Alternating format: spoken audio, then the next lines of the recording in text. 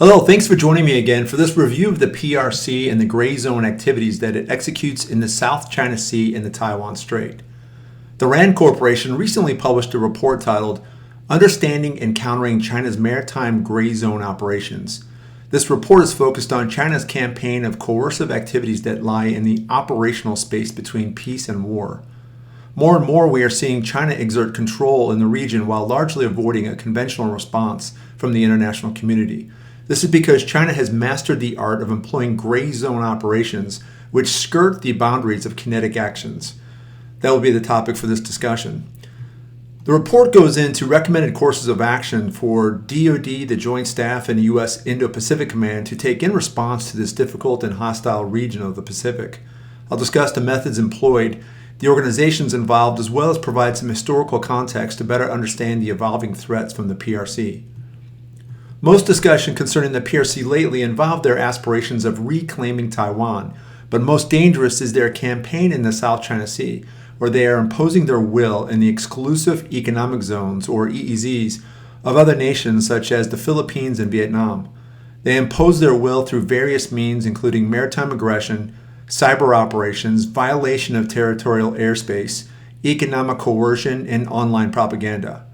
China uses a multifunctional approach to impose their will, which includes the use of law enforcement and civilian militia organizations.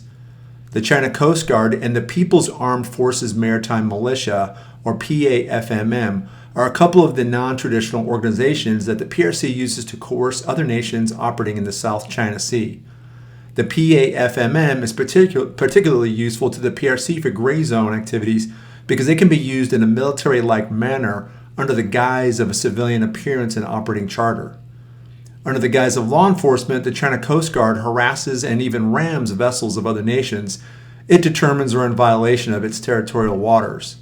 The PLA Navy is not as involved in gray zone operations, so a distinction needs to be made there, as the China Coast Guard and the PAFMM are, but they are often positioned nearby for intimidation and backup if a situation would escalate.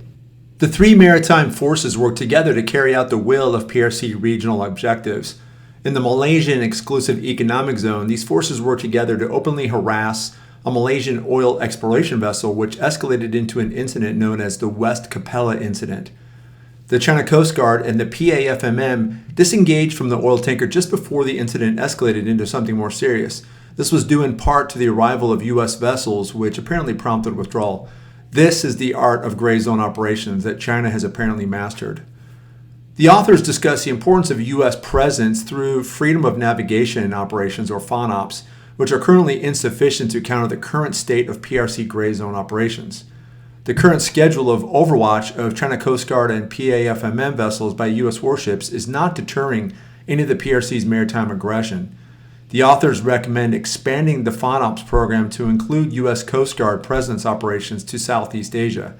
They are currently operating in Oceania in the shipwrighter program. So, named the U.S. Coast Guard shipwrighter program, it is proposed that the U.S. Coast Guard accompany Philippine Coast Guard vessels on patrols and play an active role in tactical aids. An important aspect of the increased presence is the absence of adequate media coverage. Especially since the PRC values propaganda and public opinion, a stronger media coverage of an expanded U.S. presence in the South China Sea would likely damage the perception that China is looking to convey and serve as a powerful tool to counter their gray zone operations. Another important recommendation is to expand support to regional allies and partners in order to build capacity. The principal focus should be on improving their security posture by enabling regional coast guards. This can be done through the use of mobile training teams and the expedited development of a new U.S. Coast Guard training facility in the Philippines. Given the limited budget of the U.S. Coast Guard, the DoD would need to reassess programs that support regional militaries at the macro level. Finally, the report discusses a proposed use of non-lethal weapons by the U.S. and its allies and partners to deter the PRC from conducting gray zone operations. For definition, NLWs are systems and capabilities that can be used in all phases of conflict to stop, deter, delay, or temporarily incapacitate targeted personnel and material by producing predictable, immediate effects that are intended to be reversible and minimize unnecessary destruction and loss of life. This broad definition applies across several technologies and capabilities, and would be a perfectly suited counter to China's gray zone operations. NLWs have already been employed by NATO and the U.S. in situations where presence is insufficient for deterrence, but lethal action is unwarranted. Examples of NLWs include acoustic systems that create irritating sounds, laser dazzlers that may impair vision temporarily, millimeter wave systems such as an active denial system that may create temporary discomfort through concentrated and directed heat, microwave beams that can incapacitate vehicles or vessels, and finally, occlusion technologies which can degrade the performance of a marine vessel's propeller. These recommendations, if implemented holistically, will likely dissuade escalation, but they may not change the course of the PRC's goals and objectives for regional dominance. The PRC's primary goal is the assertion of its perceived territorial claims. It's not just Taiwan either. The PRC has been assertive in the protection of territorial claims since 1949 when it was founded. Since 1949, the Chinese Communist Party has disputed the sovereignty of land and water stretching from the Himalayas to the South China Sea. Their claims also expand to the East China Sea, where they dispute the Senkaku Islands with Japan. They firmly believe that they have the right to build any necessary defense capabilities required to ensure that their sovereignty is protected in all these waters. In 2019, China published a defense white paper that stated its fundamental goal as resolutely safeguarding China's sovereignty, security, and development interests. China has identified gray zone operations as a key strategy for the enforcement of its territorial claims, which it actually refers to as military operations other than war. It uses military operations other than war to advance the nation's political, economic, social, and strategic objectives. So my point is, while good to have courses of action identified, they will not be the silver bullet that solves the regional escalations, as the greater context alludes to. These territorial disputes have been going on since 1949 and are not likely to be dissuaded through more of the same escalate to de-escalate methodology anytime soon unless diplomatic efforts are exhausted.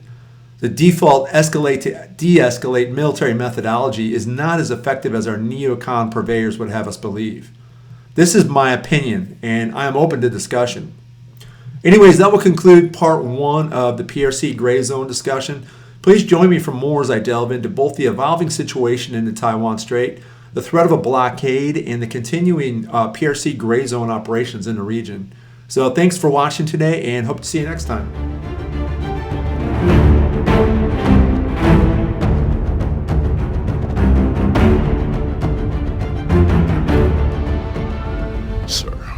The Federation does have enemies. We must seek them out. Oh, yes. That's how it starts. But the road from legitimate suspicion to rampant paranoia is very much shorter than we think. Something is wrong here, Mr. Wolf. I don't like what we have become.